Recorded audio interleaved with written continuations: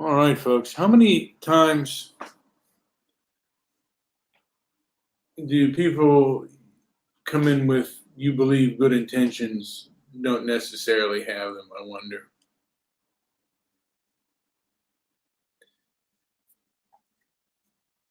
Sometimes they say, and I forget who said it, but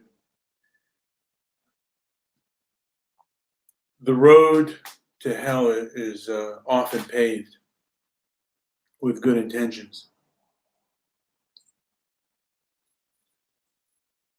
And when people think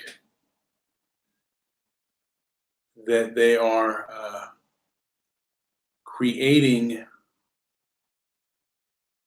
a, a Shangri-La, they're creating paradise and a better world.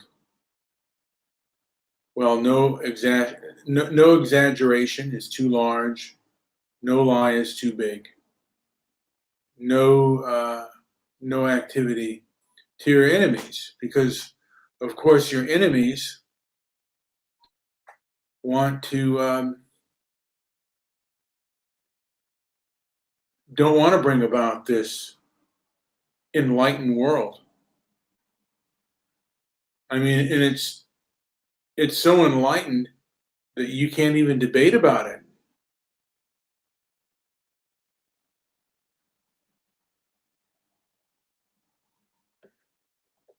Many people who espouse critical race theory, they refuse to have an open discussion about it with people that are critical of it.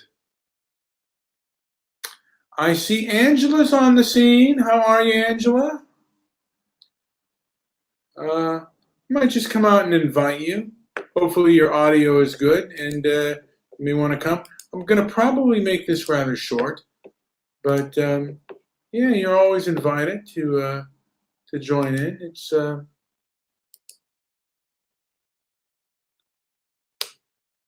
she says morning sunshine. Boy, it's taking a while. Okay, but basically, as I get back to it, a lot of people believe that they are morally superior to their enemies or to those who think differently than them.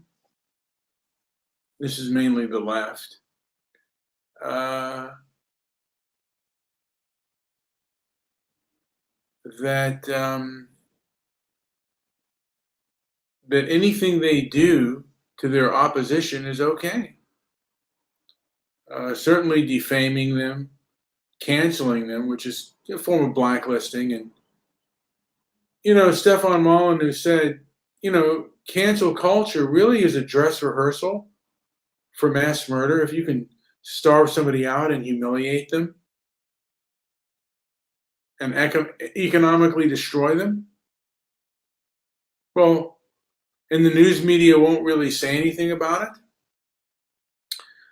I forget the person's name, but I did a show on him in Nebraska, who defended himself by I might get his, because yeah, maybe I'll put his name out there later, and I might do another show on him, because to me, what was done was really wrong. I don't know if it was his bar or his father's bar.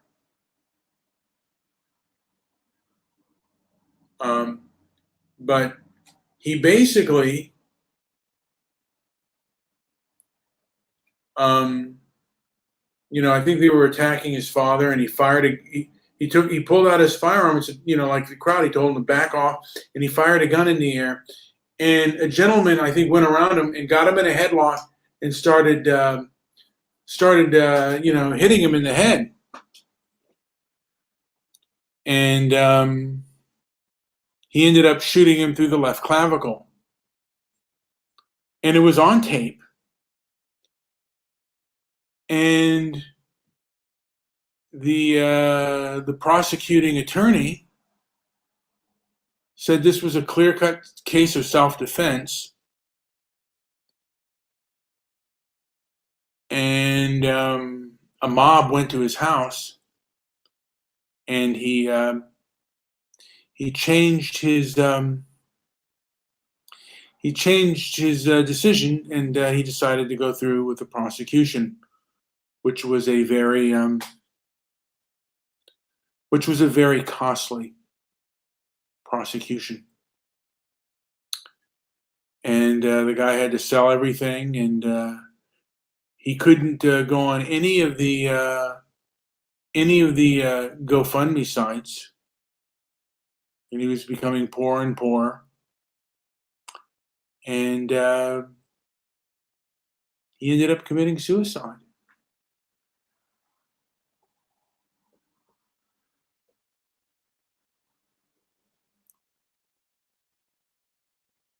And this was in Nebraska. So you can't even defend yourself. Well, thank you. You can't even defend yourself in this day and age without being under economic ruin. And political Woodstock says intellectual privilege or elitist behavior. Well, yeah, intellectual privilege. You can only, when you can only espouse or ideological privilege is really what it is. You can espouse your ideology, and if you go to criticize it, you can be known as a heretic. And cancel culture does deny due process. That's correct. The right of public opinion. And I mean, it's intelligent to want to separate yourself from that as a free-thinking individual. Now, political Woodstock did say she got an alert for my show, and usually that may not have been the case before, but I do thank you. And I also want to say, and I think I'll cut the show short, but I'm looking at Sasha, BLM activist Sasha Johnson. Who's a BLM activist in the UK. I wonder, could there be any activists in Japan to say how bad Japanese, and they rail against British culture and British society.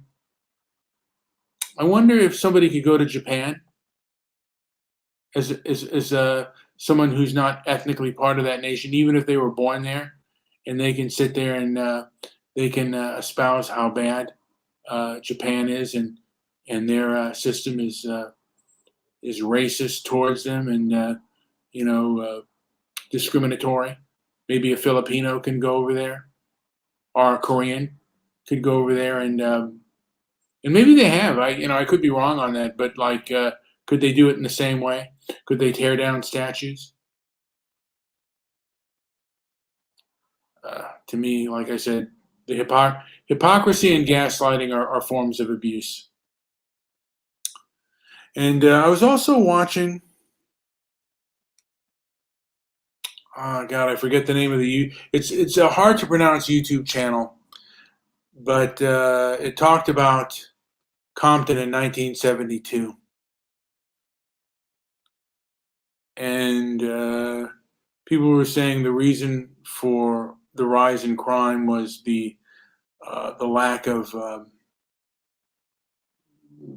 of the lack of extracurricular activities and this and that, which I think I just don't think that's true. I mean, I'm not that far removed from the generation that would literally say they would eat dirt before they accepted any form of government or public assistance. And you think there were programs? Sometimes there were no programs at all. You know what the program was? It was early in the morning, get to work. And you were lucky to go to school. And now we say, well, yeah, people are committing crimes because there aren't enough programs for the kids. What a bunch of bunk. I'm sorry, I don't, want to get upset, but it's a bunch of nonsense. There's no music program, so I remember when, what the hell is his name? God, he directed the film New Jack City, and he said they cut the band out of the school, and the next day he joined the Crips. Give me a break. It sounds so fake. You join the Crips because there's no music, and you can't play in the band, so now you're gonna join a criminal gang. Just the absurdity that people say. It's unbelievable. I mean, were there that many? There were hardly any uh, social program. I mean, or not that many after-school programs in the 1930s, and there was horrendous poverty, and people weren't joining gangs. Just give me a break. So fake. So much of America has become degenerate, and we blame the degeneracy on lack of programs. It's not lack of programs; it's lack of morals. People think perhaps they're owed something,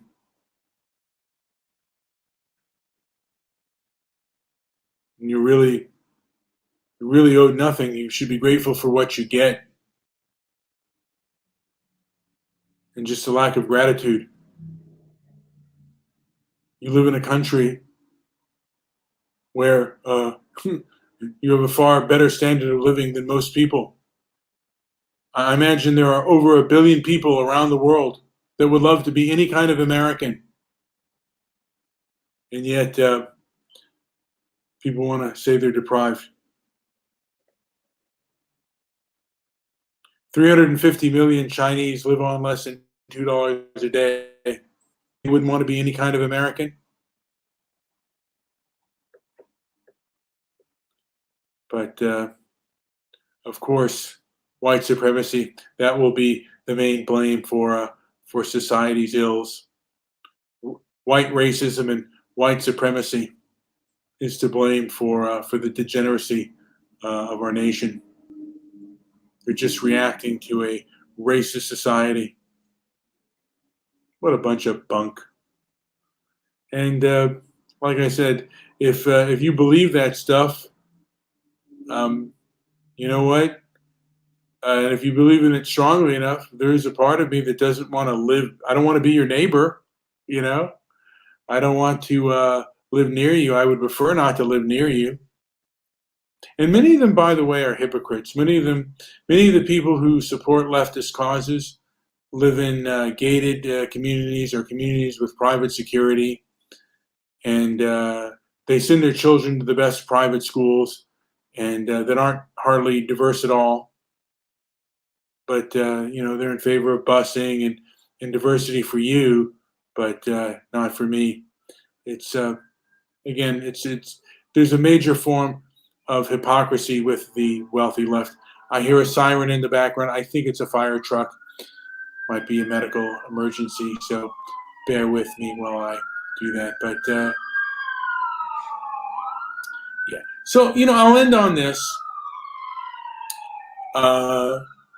Hypocrisy, I'll rephrase that. Gaslighting and hypocrisy are abuse.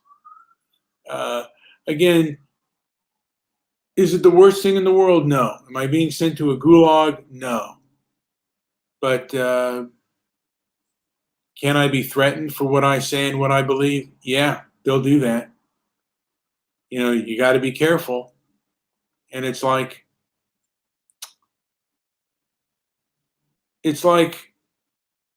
try. You can have a pro-Palestinian shirt on and walk down the street in my neighborhood and throughout greater Los Angeles. Try having a pro-Israel. Try having a Trump sign. or even any kind of conservative emblem, a back to blue. See what happens to you. And yet conservatives are considered terrorists because of what happened in January 6th. One incident happened, but months of rioting.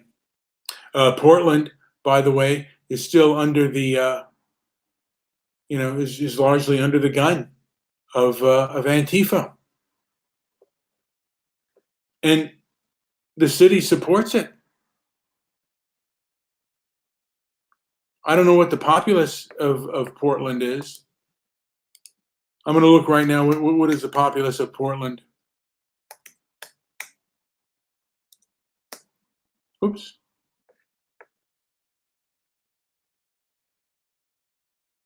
And Wikipedia. I'm looking at the Wikipedia page, and I'm just looking here. Country, United States, Oregon, founded, Portland, Maine, Wheeler, land, elevation, population. Okay, so the city has over 500,000 people, and they support Antifa.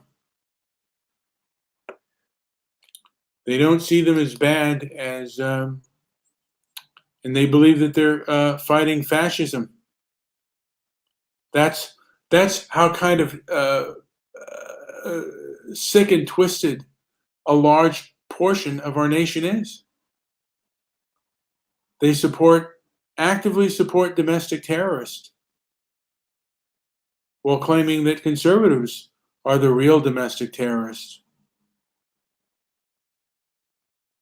Malcolm Nance said that the violence of the riots and with Antifa was akin to football, to like a Super Bowl riot. Do you believe that? Anyway, guys, this has been Brian with Transparency and Merit. Like and subscribe. Leave a comment down below if you wish. Thank you for listening.